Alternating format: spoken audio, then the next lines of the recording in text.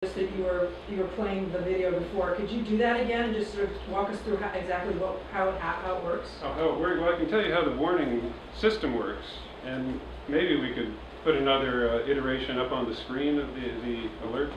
But basically the warning works because we have instruments very close to the earthquake, sometimes closer than the cities that are at risk. Also, the first waves out of the earthquake are weaker, so if we can understand the first waves, we can see coming the stronger waves later. And third, earthquakes like the rupture along the coast progress, sometimes for minutes, so if we can see the rupture heading up the coast, again we can put out a warning minutes before the ground actually breaks just offshore from where we are. So those three together give us anywhere from almost no time if the earthquake's breaking right under our feet to 5 minutes warning if it starts in Cape Mendocino and takes the long route up here. Does that make sense?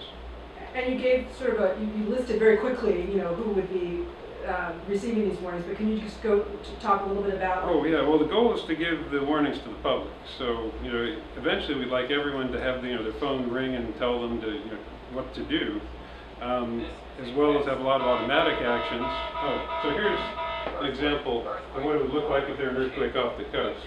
See the fast, small waves and the slower, big waves heading towards Seattle. So we can identify it when the waves hit the coast, and the strong waves are only halfway across the Olympic Peninsula at this point. So we get about a minute of warning in this case. Actually, we get a little more. Okay, does that make sense?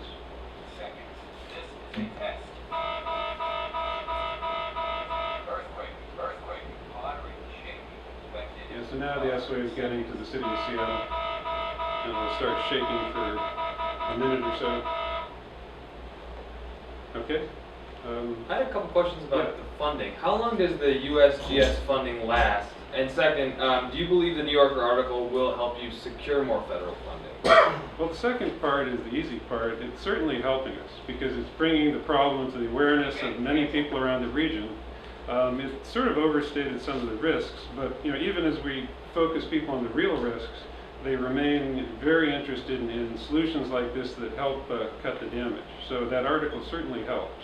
And what was the first part of the question? How long does you mentioned $5 million in funding, yeah, how long does that last? The funding, it brings us up to a level of a third of the funding we need. So we need about $16 million. That's the implementation plan. We could send you all the technical details, and that's for the whole West Coast.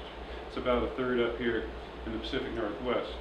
So $5 million brings us 40% of the $16 million that we need in the $16 million a year that we need in the long run to build the system as designed. So it's not built yet. You're making progress. We have it. I have it on my phone because we have our old system. It has false alarms. It's slow, so it's running. But we need to bring it up to a certain level before we send it out to the public because these earthquakes are infrequent. They can't take a lot of false alarms and have a system where they don't know that it's going to work. In order for people to build in the steps they need to automatically take advantage of the system, they have to have confidence that it's built for the long run and it's built well. So where are you getting the rest of the money, or are you getting the rest of the money? He's begging.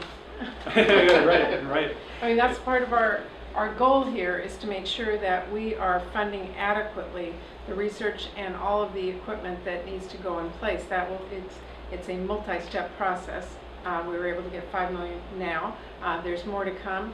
The New Yorker article that you talked about and some of the publicity has allowed us to make the case better, but this all falls together under a budget scenario. If we don't get a budget passed in February and government shuts down and sequestration takes place, we'll never be able to do this.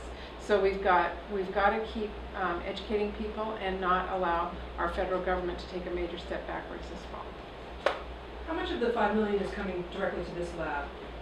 Oh, that's a complicated question because the $5 million was announced this week, but the total is closer to $6.5 million within the survey. And part of it comes, I don't think you even want to hear it, but part of it comes as equipment through the survey. Part of it comes through people the survey are putting in Seattle. Part of it comes to money that the survey gives to the university to hire more people to build the system. So in total, there's probably a little under a third of the $5 million comes to this campus. And part of it comes to Oregon as our partner. How far behind are we to what's going on in Japan, for example? I mean, Are we- Well, there are two ways to answer that. One way is that their system's been running for 10 years. It's a tremendously expensive and powerful system. But another way to answer it is the system we're building would perform better than the system they have in place now. But they'll presumably improve their system over time too.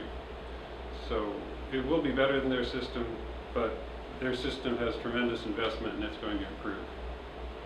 In what scenarios would the earthquake early warning system make the most critical difference? Like surgeries, I haven't mentioned a lot. Could you give us Well, some real examples? The simplest thing, it turns out from the studies that have been done, are just giving people enough warning that they don't fall and hurt themselves, that they get out of harm's way. So I think telling people, but that's very hard to quantify. In the Bay Area, they like to talk about the BART system because you can put a cost on each car and the 1,000 people who are commuting, and the need for that as the way to evacuate the city. But you know, if somebody asked the Japanese in 2011, they wouldn't have said the cost was that reactor being swamped and the hundreds of billions of dollars that they've lost. The trouble with earthquakes is these predictions are very hard to know what's coming ahead of time.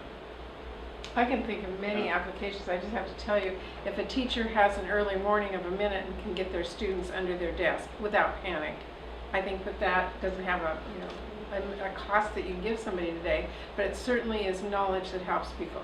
To shut down elevators so we're not in our tall high rises in elevators. If the airport knows a minute ahead of time and can keep planes from landing there, I think the thought is limitless. It depends on the user and how reliable the system is and how much training and education and thought people have about how they can use it. We were just talking in the other room about, you know, a surgeon doing operating at the Naval Hospital and having the room sway back and forth while they're holding a scalpel. I mean, you can imagine the kind of impact that a warning would have. And what role does state funding and local funding play when it comes to implementation?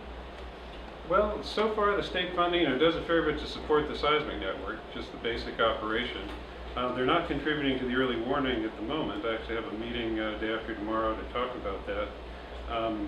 The state, it's contributed a lot of ways, but I think their strongest contribution will be the education side of things. The emergency managers, the Department of Natural Resources will need resources to distribute instructions and to develop the protocols to tell the city and county and emergency managers how to deal with the information. In fact, we're still working through with the Emergency Management Division the legal implications of their getting a warning. What are they obligated to do?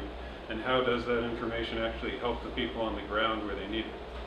I'm still trying to sort out the money. So you're asking for $5 million for the next budget, or We are announcing that they were just they got awarded it? 5. But for the next budget, how much are you seeking? 16? I mean, and what happens if there is sequestration? Does it get zeroed out completely? So that's a really complicated question. So both the House and the Senate have passed are considering appropriations bills at a level funding that will help us continue to support this. I can't give you the exact amount because that's determined once it's gone through the whole process and USGS decides how to implement and put it in place. I can tell you, if we don't have a budget agreement and we have the budget caps of sequestration kicking in again, it'll be a long time before we are able to see the funding for programs like this.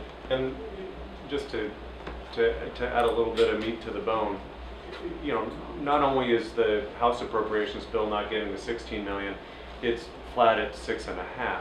And then there's a program through FEMA that provides pre-disaster mitigation funding to basically help communities make the investments necessary to minimize damage, to do prevention and protection of communities. In the President's budget, which sets aside sequestration, that pre-disaster mitigation is funded at $200 million.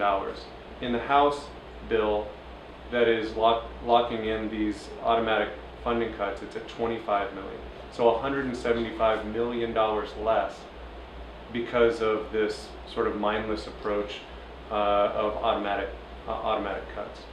Senator, 2 years ago. Last question, sorry, I'm just gonna, this last question. Okay, 2 years ago, there was a lot of, hand-wringing about sequestration, and yet you managed to get an agreement. So why are you worried that that's not going to happen this time? I'm worried that that's not going to happen this time for 2 reasons. First of all, the conversations are not happening yet to put everybody in a room, Democrats and Republicans, to start working on a bipartisan agreement. You might remember that the government shut down. It then took Paul Ryan and I well over 2 months to put an agreement together. This doesn't happen because you look at each other and say we can do it today. It happens with a lot of work and compromise and effort. So I'm worried that we haven't started that, although we have been pleading with the Republicans to start sitting down with us. They have not yet been willing to do that. And the second reason is that we have some Republicans who are saying that they are going to hold hostage different issues and not allow a budget to pass unless we do X. Right now it's Planned Parenthood funding, it could be anything else. You will recall that one of the reasons the government shut down last time is they held hostage the issue of repealing Obamacare and said they weren't going to pass a budget till we dealt with that. So here we are again. No budget talks have begun, and we have Republicans who are talking about holding hostage different issues. That puts me very worried about where we're headed in September.